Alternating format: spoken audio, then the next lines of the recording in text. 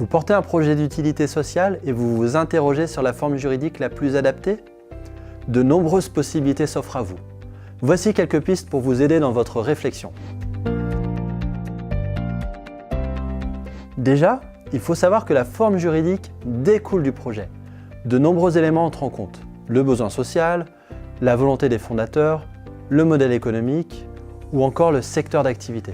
Définir la forme juridique, c'est d'abord choisir celle qui offrira le meilleur cadre pour que l'activité puisse se développer. On retrouve les formes historiques issues de l'économie sociale, comme les associations ou les coopératives. Au cœur de leur philosophie, la dimension démocratique et la primauté de la mission. On peut choisir une forme commerciale dite classique, comme la SAS, la SA ou la SARL. Il est important de noter que les coopératives, comme les SIC et les SCOP, sont des sociétés commerciales auxquelles on applique des principes coopératifs. Mais ces formes juridiques ne sont pas figées. Les statuts, qui sont le contrat entre les associés, permettent d'adapter le cadre formel aux besoins du projet. Mais également des documents complémentaires comme un règlement intérieur ou un pacte d'associés. Certaines formes offrent plus de liberté aux fondateurs pour définir leurs règles du jeu. Chaque forme juridique a donc ses propres caractéristiques, ses avantages et ses inconvénients. Pour se lancer, les principales questions à se poser concernent le modèle économique et l'organisation de la structure. Vous pourrez vous questionner d'abord sur le modèle économique de votre projet. S'il repose davantage sur des activités marchandes ou plutôt sur des subventions, la forme la plus adaptée ne sera pas la même. Attention aux conséquences de votre choix. Par exemple, rien n'interdit à une association de faire des bénéfices, mais la loi lui interdit le partage entre ses membres.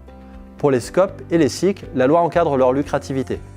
Un seuil minimum des excédents doit être affecté à des réserves impartageables. La deuxième question à se poser concerne l'organisation que vous souhaitez mettre en place. Dans les entreprises de l'ESS, de nombreuses parties prenantes sont impliquées. Par exemple, les salariés, les bénévoles, les bénéficiaires, les collectivités territoriales ou encore les investisseurs. Par exemple, la SIC est sans doute la forme juridique la plus adaptée si vous cherchez à impliquer des collectivités territoriales.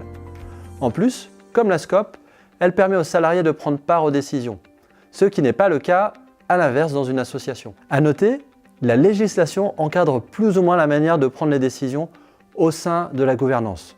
L'association et la SAS offrent beaucoup de souplesse. Les autres formes sont plus rigides. Questionnez-vous également sur votre place en tant que fondateur.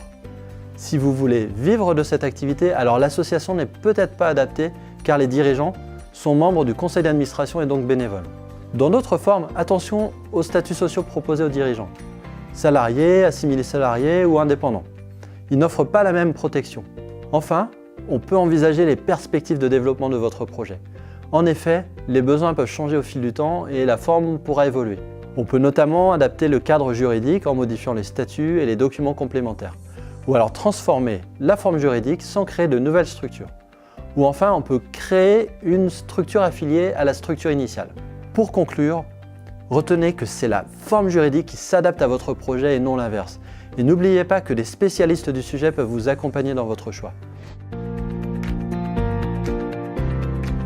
Retrouvez de nombreuses ressources sur le sujet dans la rubrique Entreprendre du portail avis.org. Vous pouvez aussi consulter le guide Choisir la forme juridique sur notre site.